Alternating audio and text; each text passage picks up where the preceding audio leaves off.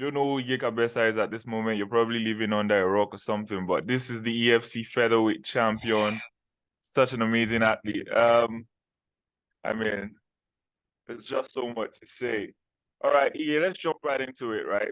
This fight with Vincent Bembe, it's been touted as your Yeah. kind of as your send-off fight, right? The last fight in the EFC, a lot of people Yeah. have termed it.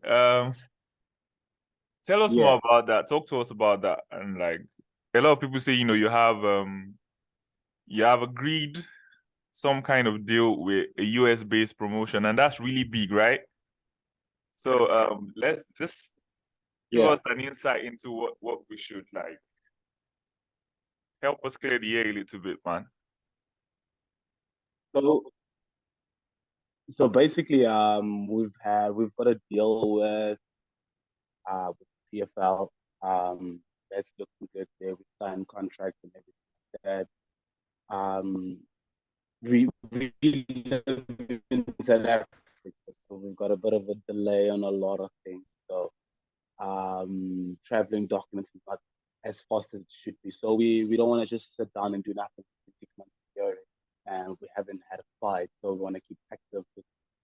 We've been training. Now I haven't stopped training since in the last 3 years on it. So we want to keep as active and as competitive as possible. You know? So we took this fight with Vince, and yeah, what can I say? It's one of those fights you just take and you want to keep active.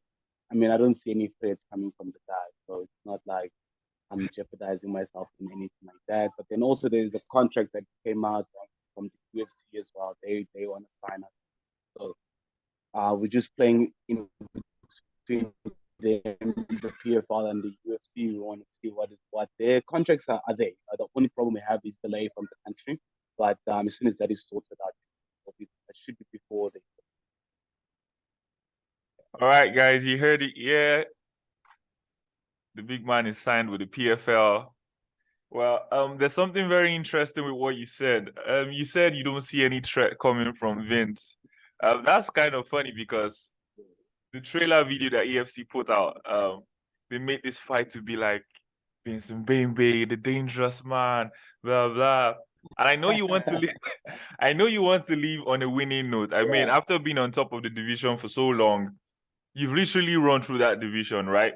You've you've done everything there needs to be. yeah. I mean, a lot of people say, I think like this is the fourth time or something like that.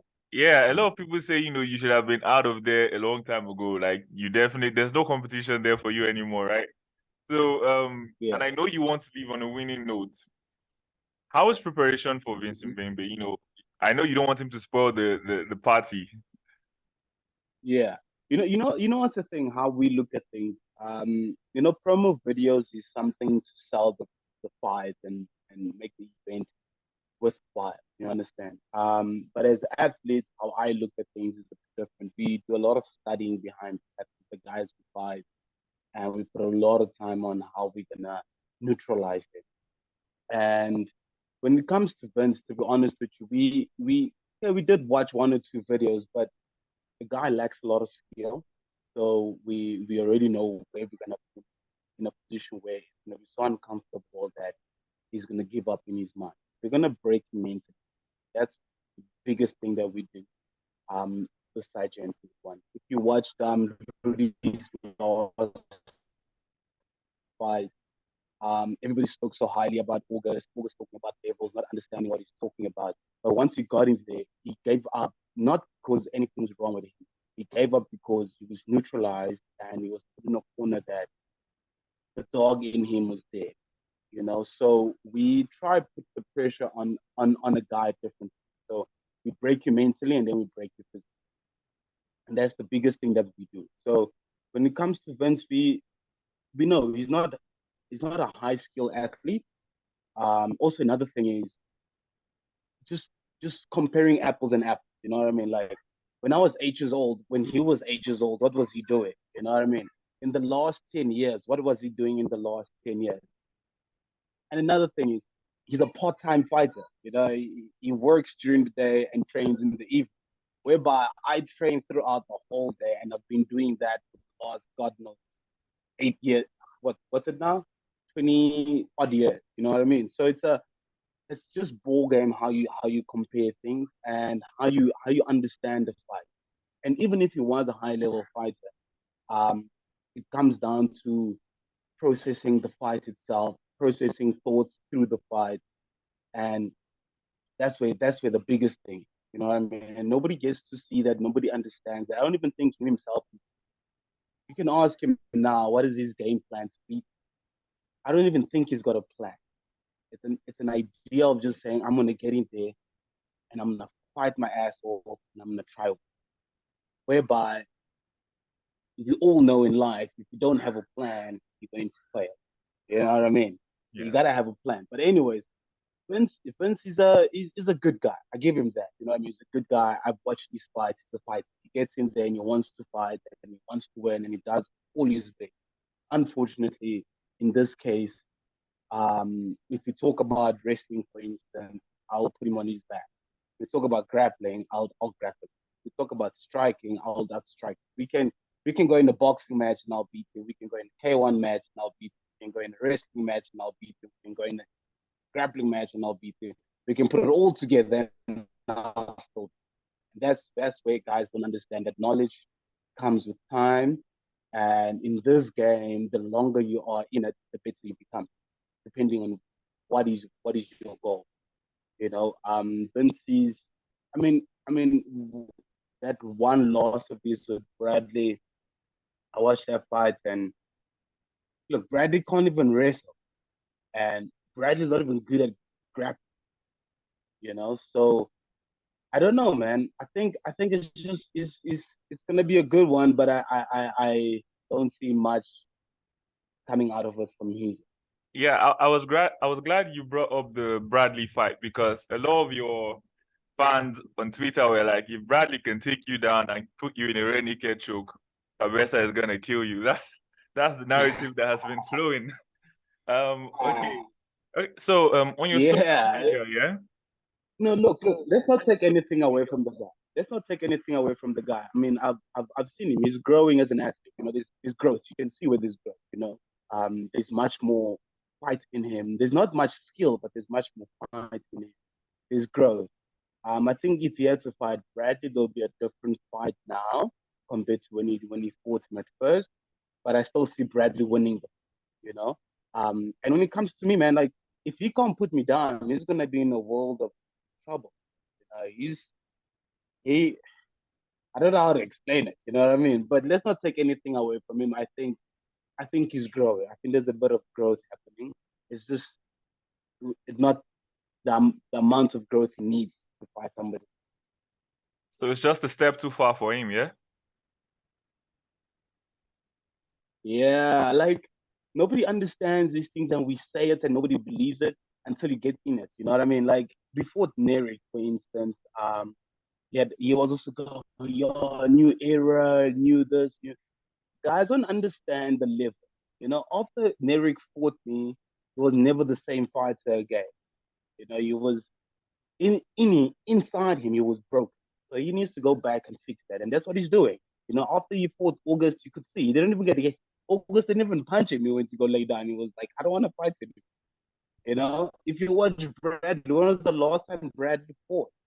You know, those are the things you see in guys. When you watch Ash, guys they fight, they don't you get broken from the inside. Nobody sees it but yourself. And only you understand what you went. And that's what's about to happen to you.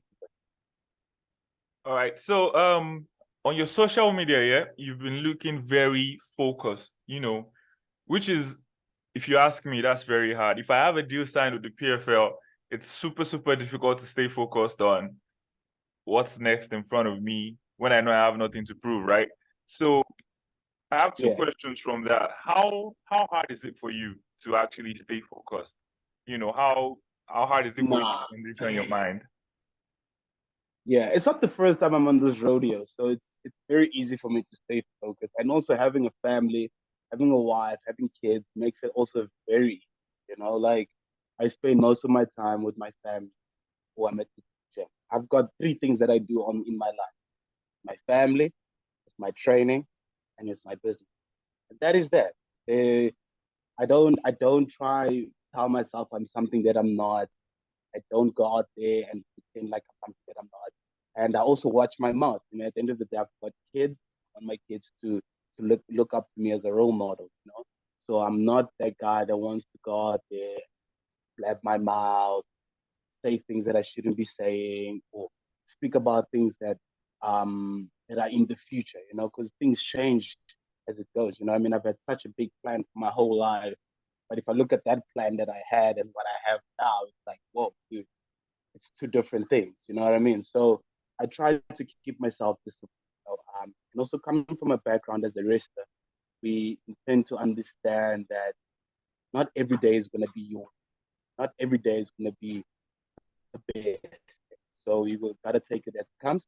And signing big deals is good. Um, Preparing for big fights is good. Taking on fights that don't necessarily bring any type of elevation to my career is any like any fight. You know what I mean? Like fighting Vince and fighting Max Holloway, for instance, would be one and the same thing. I wouldn't treat it like, oh my God, I'm on the big stage. No, I'll just, I'm gonna rock up, do what I gotta do, and get out. And I think that just comes with time. You know what I mean? Look at the EFC right now. There's a lot of new guys coming in. There's a lot of young athletes. There's a lot of guys building, like guys like this, for instance. So when big opportunities come, they intend to not know how to treat it or how to cope with the whole thing. Someone like me, I've been around for a long time now, so I think I've mastered or found a way how to cope with especially my boys, man, my kids, my life. You know what I mean? They everything. So I'd rather invest my time and with them than bring it out there on social media and go crazy. You know what I mean? Staying Yeah. composed is a bit. Yeah. Yeah. Okay. All right. So when you get in that ring, right? When Yeah. the fight is about to start, and you look at Vince and you're like, okay, this is actually the last time I'm gonna be here in the EFC. Yeah. There's gonna be emotions, isn't there? Uh, To be honest with you, I'm so in love with the UFC. It's not even a joke. Um, like Vince might be my last fight, or should be my last fight, or will be my last fight. Um, but then I still feel like I want to come back and fight in the EFC. There's a couple of guys that I still want to fight under the EFC banner. I was looking at guys like X, and I want to fight X again. oh, That will be a good one. I've been asking to fight Dixon, but the problem with that is I can't sit down and say for sure, I'm gonna fight him because anything can change. Um, but then I know, for instance, if I go now and fight overseas and I come back, and then December I've got nothing lined up, I can just be like, yes, we just book it up, it's gonna happen. There's no me going away or anything, you know what I mean? But yeah, it could be. But I mean, at the same time, like I said, I'm so in love with the UFC, man. These guys, they're the ones that they gave me this whole this whole thing. I've started with them since I was 18. I'm now 29, so it's been a long time with them, and growth with them has been amazing in the cage, out the cage. So the emotions always run wild when you're in. When I look at him and I know that this is gonna be the last one, um, man, I think everybody's just gonna understand what I'm trying to say, but you'll see it. It's not easy for me to say it. When you see it, it'll be crazy. All I'm just saying is that I'm gonna break this guy's book. He doesn't understand what he's putting himself. And I mean, like I look at his whole camp. No disrespect to the guys. I love the guys. Cedric and them are cool people. I enjoy their ways and what they do, but um, Cedric doesn't have the level that I have. Nor does any of the guys he trains with. Who does he train with that has the high level that I have, the work ethic that I have, commitment, the process, the thought process? Those are the things that you need to understand. You take these things from the people you train with. I've trained with such high athletes. I've taken not just skill and knowledge, but how they carry themselves, how they speak, how they process things. And those are the things that make you an athlete, that make you who you are. And at this current moment, he has a lot to still go through. I know where exactly I've been in issues before, where you're on the roll and you think, oh, you're gonna do it, you're gonna do it, and then it just doesn't end up that way. Guys are just too skilled. You know? We looking at EFC right now, and it feels like we are back at the EFC where guys were one dimensional. And that's what I'm looking. That's how I see it. Guys are very one dimensional, but they're one dimensional more on the grab, whereby before it was one dimensional on the stand up. Like want to get in there, want to take our heads off. And now it's gone to one dimensional of grab. Nobody really can strike. Nobody can really so, and that's where the problem is. The guys are very one dimensional. All right, EA. Speaking about the PFL, we know you're very methodical with how you fight, right? You're a very technical fighter. Looking at that PFL featherweight roster, you've got names like Brendan Lowani there, Bubba Jenkins, Gabriel Braga, Yeah. all these guys. Which of them do you think Killers, stylistically, man. might be able to stand in the, which of them do you think stylistically might be able to give you a challenge in the cage? There's some big names there. Yeah. Nah, what's the thing? I respect good athletes. I respect guys that understand the craft. I respect them a lot. Uh, I don't know, man. I don't know. Oh man, I feel like the styles are so good. I don't know. Definitely, I must say Brendan is good. I must give it to him. Shit. I think it'll all come down to, man. I don't know. I don't know. Yeah, because the reason I I just feel asked like this I'm the best. question, I just think that I'm gonna be better than all of them. I think just the fact that I've been at it so long and I'm so hungry to get there. Once you've been there, it's like one thing. But once you want to get there, is another. You know, just looking at them and seeing that I've fought guys that have won fights in the UFC. I've fought guys that are fighting in Bellator. I mean, if you look at someone like Peter Queally, for instance, guy is throwing down in Bellator, and I made him look like shit. You know what I mean? yeah. And you look at guys like Danny Hendry, that guy had a good fight in the UFC. I dominated him with just one technique. So I don't know, man. I don't know. I think it's one of those things where you gotta get in there and you gotta Exactly, because I you was gotta having break this, him back. yeah, I was having a conversation with my coworker for the African fighters, and we were talking about the reason why you're such a tough matchup is you can literally get in the cage and pull out whatever style that needs to be pulled out Yeah, to win the fight. And that's why it's difficult to for all these guys, right? Because there's no weakness in Kabesa's game, and that's why people say you should be out of there. You should have been out of the EFC yeah, a long time ago. So that's why I asked that question, because some of these guys still have holes in their game, holes that you have plugged a long time ago, right? So it'd be yeah. really interesting, to see what you do in the PFL. Is there any fight that has been lined up? It's my thing No, go on, go on. with the PFL. Yeah. Oh, so my biggest thing is I'm a I'm a I'm a big believer of Christ. And I feel like the Lord has put me on the path, and I need to walk the path. I need to be patient with the path, and I shouldn't get sidetracked.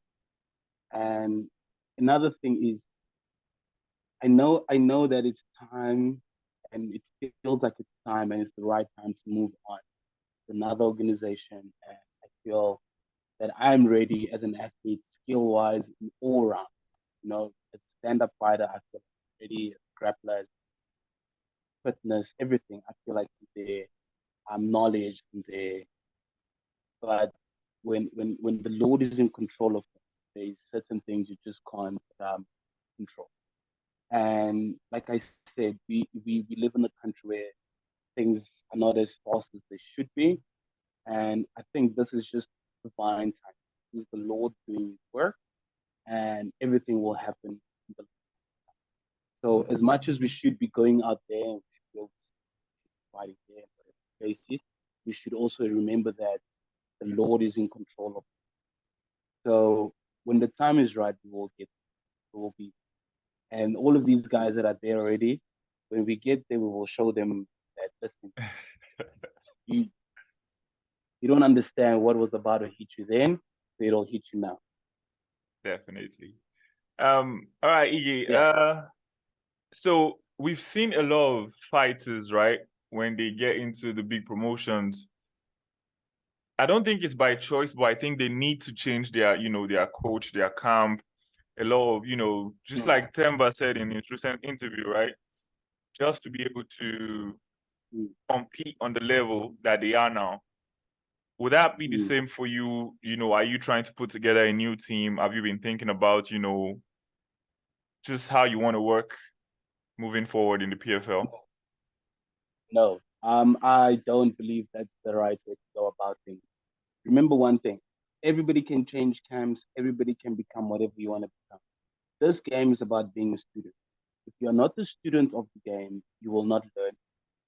And at the end of the day, if you surround yourself around guys that lack knowledge, then you're also going to be lacking knowledge. That's when you're going to need to look for a new camp. Like, I believe in this game. I've been around wrestling for the last 20, 21 years. I've been wrestling. 21 years of wrestling. If I go into the PFL, there's nobody that's got that standard. Number one, there's some small little tricks that I can do that nobody else. Let's put that one aside.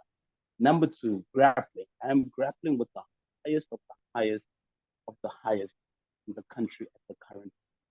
So that is also covered. And I've been doing grappling for the last 10, 12 years. Done. Stand up. You can see my stand up. It's best. Walter Wayne is one of the best. He made Zulu Boy what Zulu Boy. You know what I mean? So we are in the position where we don't need anything new. Who's gonna make me fitter? I can make myself fit. I know how to make myself fit. I know what I must do to get myself. I don't need a new team. It's not needed, not at this current moment.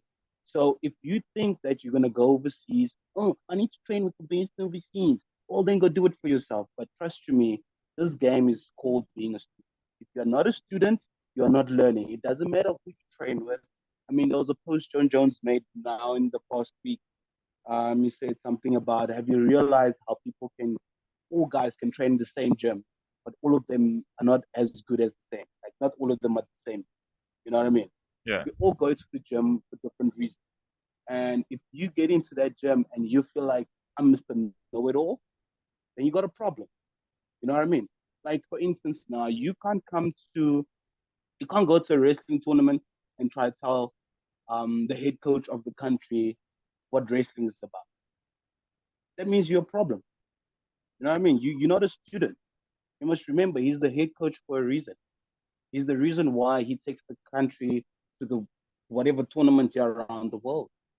Those are the importance you need to realize that in this game, if you're not a student, you're not gonna make it. Doesn't matter who you go train with, doesn't matter who you think you are, you're not a student, you're not gonna learn. As good as I am today, as people see me as what they want to see me, when I walk into that gym, I have a say, I take a cup. My cup is full of water. When I walk into the gym, I pour the water out into my cup, and then I walk in there with the empty cup and I fill it up more. You understand? Yeah. That's what you must be doing as an athlete. You must be a student. It's not about your trainers. It's not about who you have in your corner. It's not about any of them. You understand? It's about you being a student and taking each and every small knowledge that you can. Even if it doesn't work for you, you gotta take it. Because now that means that instead of having one skill set, you're gonna have 1,000. That means that each and every person you find is not gonna be you're not going to be able to beat them with just one skill set. You need to have different ways of fighting different fights. You know, I explained this to a lot of guys at the gym. We have featherweights, right? Let's focus on the feather. We have featherweights that are short, featherweights that are tall, and we have featherweights that are probably going to be the same height. And all these featherweights have different ways of moving. So you can't have one style. You need to have a lot of tools in your tool. So that when you face a short guy, this is how you fight short people that move a certain way. This is how you fight short people that move that way. This is how you fight tall people that move this way. You gotta know how you fight your guy. You can't just walk in there saying, "Yeah, I'm gonna wrestle this guy." Guys that are short are not easy to wrestle because they've got low sense of gravity. So they get to the mat quicker than you think they can, especially if they're athletic. So it's small things like that that people don't understand that you need to still put in your game. That fighting is not just the fight itself, it's the knowledge in here as well, what you have in here. And how quick can you change when the fight has gone wrong? We train now, we're going to fight Vince, we're going to strike with him. And Vince out of nowhere throws a bowler, clips you on the chin, and all of a sudden you don't feel like striking anymore. But because you can't think fast on your feet, now you're going to start losing. You know, it's small things like how do you adjust your game? How do you better yourself in the moment? How does your coach or your tournament see that in the moment? You know, so I'm sorry, but I understand where people come from. Yeah, you got to get a new camp. No, you don't. Look at what Drickus is doing. Just pay attention to Drickus. Just pay attention to Simon. They don't need new coaches because they understand that you need to be a student. There's more to this than just the fight itself. And guys, I respect Temba a lot. Temba and I come way back when. We've been together since Cape Town, since way back when you were still busy hustling, proper hustling. You know, I respect him a lot. I know everything about him. You know what I mean? All I just have to say is that if Timber feels like he needs a new camp and he needs to go train overseas and he needs this and he needs that, and good for him. Maybe he's seeing it in a different way. But trust you me, it's not about that. It's not about new people. It's about staying with the right guys and understanding who you were. I've been with one wrestling coach, with my same wrestling coach, since I was 8 years old. He's old. When you look at him, you can see he's old. You don't think he can teach you anything. That man's got so much knowledge. It's crazy. But then also the bond that we have. He's my dad. He's my father. He's my father figure. He's my mentor. He's my everything. You know. So bond that him and I share is so different. It's beyond the sport, and that's what makes me an athlete. All right, EJ. This was an amazing, amazing interview. I'm so glad we got to do this. Wish you the best of luck in your next fight and in the PFL. We'll probably, get back to this when you've started making waves in the PFL because we trust you're going to do that. All right, man. Yeah. Have a nice day. Sure, man. Thanks for having me, and have a good one. Yeah, you too. Come on, Africans!